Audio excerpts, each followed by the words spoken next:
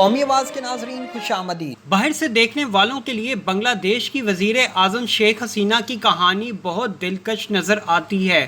وہ دنیا کی سب سے طویل عرصے تک خدمات انجام دینے والی خاتون حکومتی سربراہوں میں سے ایک ہیں، جو رنگین ساڑیوں میں ملبوس ایک سیکولر مسلمان ہیں، جنہوں نے اسلامی عسکریت پسندی سے لڑائی لڑی، لاکھوں لوگوں کو غربت سے نکالا اور بڑی مہارت سے بھارت اور چین دونوں کو اپنے ساتھ رکھا۔ لیکن ان سب کی آڑ میں بنگلہ دیش کے حالات اس وقت خراب ہونا شروع ہوئے جب مجیب الرحمان کی بیٹی نے بنگلہ دیشیوں کے ساتھ وفات چھوڑ کر مودی کو اپنا مائی باپ ماننا شروع کر دیا، اور آج چوتھی بار وزیر اعظم بننے والی شیخ حسینہ کا انجام کچھ اچھا نظر نہیں آ رہا۔ اس حسینہ نے اپنے ہی ملک کے لوگوں کے اعتماد کا خون کیا، جس کی جیتی جاگتی مثال حالیہ پرتشدد واقعات ہیں، جہاں صرف 24 گھنٹوں کے دوران ہی 150 سے زائد افراد اپنا جائز حق مانگتے ہوئے زندگی کی بازی ہار گئے، اور ان کے سینوں میں ایک نہیں بلکہ پورے کا پورا سینہ ہی چھلنی چھلنی کر دیا گیا۔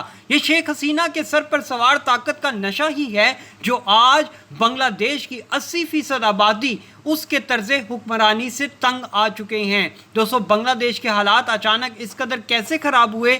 پس پردہ اصل محرکات کیا تھے؟ شیخ حسینہ کا اصل ٹارگٹ کیا ہے جو اس نے اب حاصل کر لیا ہے؟ کون سا بیرونی اور مودی کا ایجنڈا لے کر ہی شیخ حسینہ حکومت کر رہی ہے؟ آئیے آپ کے ساتھ وہ حقائق شیئر کرتے ہیں جو شاید آپ نہیں جانتے۔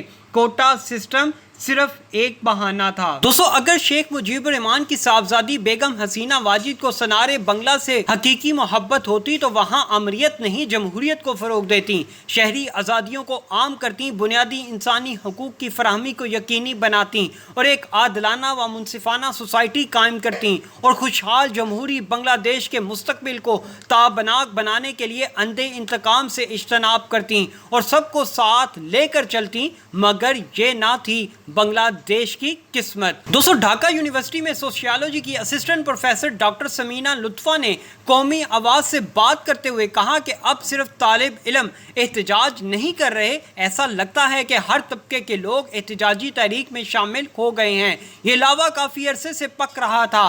ڈاکٹر سمینہ کا کہنا ہے کہ بنگلہ دیش میں شیخ حسینہ جب سے اقتدار میں آئی ہیں، انہوں نے صرف اپنی ہی پارٹی عوامی لیگ کے لوگوں کو نوازا ہے، جس کی وجہ سے بنگلہ دیش کے بیشتر گریجویٹ نوجوان بے روزگار اور سڑکوں پر رل رہے ہیں۔ ڈاکٹر لطفہ کا کہنا ہے، ڈاکٹر سمینہ لطفہ کا دعویٰ ہے کہ ملک میں کرپشن بہت زیادہ ہو چکی ہے، خاص طور پر حکمراں جماعت کے قریبی لوگ اس میں زیادہ ملوث ہیں۔ ان کا کہنا ہے کہ ملک میں طویل عرصے سے کرپشن بغیر کسی احتساب کے جاری ہے۔ کرپشن کے حالات تو یہ تھے کہ شیخ حسینہ کے چپڑاسی کے اکاؤنٹ سے 400 کروڑ روپے نکلے تھے۔ اب کوئی یہ کہے کہ وہ اس چپڑاسی نے کرپشن کی تھی، نہیں جناب، وہ چپڑاسی نہیں بلکہ شیخ حسینہ کی ہی کرپشن تھی جو میڈیا پر سامنے آ گئی۔ ایسے شیخ حسینہ کے بیشتر وزراء ایسے ہیں جو اربوں کی کرپشن کر رہے ہیں۔ ملک میں مہنگائی سے لڑتے عام شہریوں نے اس خبر پر خاصا سخت رد عمل دیا تھا، کیونکہ وہ پہلے ہی شیخ حسینہ کی پالیسیوں سے تنگ تھے۔ شیخ حسینہ نے جمہوری نظام کو بہت کنٹرول کر دیا ہے، جیسا کہ آج کل پاکستان میں ہے۔ کوئی بولے تو منہ بند کر دو یا پھر جیل میں ڈال دو۔ یہی نظام شیخ حسینہ نے اپنایا ہوا ہے، جو نفرت کی وجہ سے بنا۔ یہ لاوا پکتا رہا اور پھر گزشتہ ہفتے پھٹ گیا، جس کا نتیجہ ہم سب نے دیکھا اور دیکھ رہے ہیں۔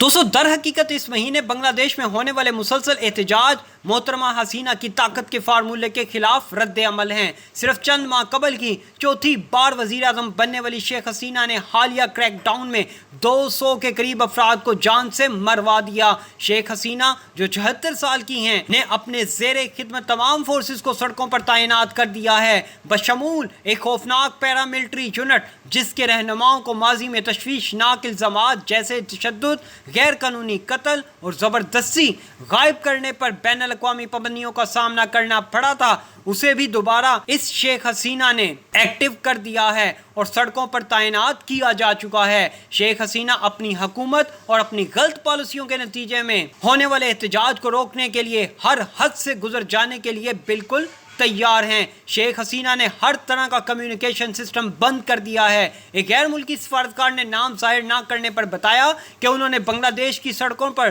لوگوں کی لاشوں کو گھسیٹتے اور پھینکتے دیکھا ہے۔ سفارتکار کا کہنا تھا کہ خون ریزی کو چھپانے کے لیے ہی شیخ حسینہ نے پورے ملک میں بلیک آؤٹ کیا ہوا ہے۔ لوگ اپنے پانی، بجلی، گیس کے پری پیڈ میٹرز کے بل نہیں جمع کروا سکتے، جس کی وجہ سے حالات سنگین سے سنگین تر ہو چکے ہیں۔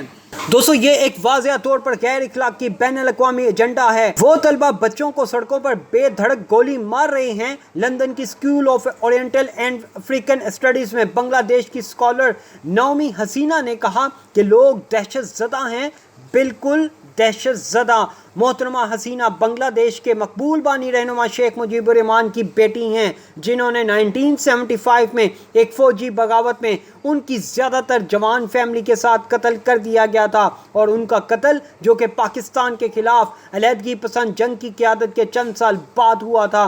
بنگلہ دیشی سیاسی ثقافت میں تشدد، بغاوتوں، کاؤنٹر بغاوتوں اور قتل و غارت کی علامت بن چکا ہے۔ محترمہ حسینہ جو اس وقت 28 سال کی تھیں اور ان کی ایک بہن اس وقت بیرون ملک تھیں اور اس قتل عام سے بچ گئیں، ان کی صدمہ ان کی سیاست کی محرک قوت بن گئی۔ آج بھی 4 دہائیوں بعد ان کی عوامی باتیں ان کے سیاسی مخالفین کے خلاف انتقام کی وابستگی سے بھری ہوئی ہیں۔ تو شیخ حسینہ کی اصل لڑائی کوٹا سسٹم نہیں۔ شیخ حسینہ کو 2 طرح کے بڑے چیلنجز کا سامنا ہے۔ ایک تو ملک کی معیشت نہیں سنبھل رہی، جو عین ممکن ہے ان قریب شیخ حسینہ کی حکومت کے خاتمے کا باعث بن جائے گا۔ دوسرا، سیاسی جماعتوں کا پریشر بھی زیادہ ہے۔ محترمہ حسینہ کی اقتصادی کامیابی کی کہانی پہلے ہی کھسکتی نظر آ رہی تھی۔ ملک کی ملبوسات کی برآمدات پر انحصار اپنے حد تک پہنچ چکا تھا، اور حکومت متبادل ترقی کے ذرائع تلاش کرنے میں دشواری کا سامنا کر رہی ہے۔ وبا اور یوکرین کی جنگ کے اثرات نے بھی دھچکے پہنچائے، جس کی وجہ سے توانائی اور خوراک کی قیمتیں آسمان کو چھونے لگیں اور غیر ملکی زر مبادلہ کے ذخائر گر چکے ہیں۔ دوستو، اس اقتصادی اضطراب کے ماحول میں سرکاری ملازمتیں نقل و حرکت کے لیے ایک قیمتی اور مستحکم اختیار بنی ہوئی تھیں۔ بنگلہ دیشی عوام پہلے ہی مہنگائی سے پریشان تھی، انہیں سرکاری ملازمتیں نہ ملنا ان کے لیے سب سے بڑا دھچکا تھا، جس کی وجہ سے ہی اب وہ تنگ آ کر سڑکوں پر نکلے ہیں، اور عین ممکن ہے عوام کا یہ سمندر شیخ حسینہ کی حکومت کا خاتمہ بنے گا۔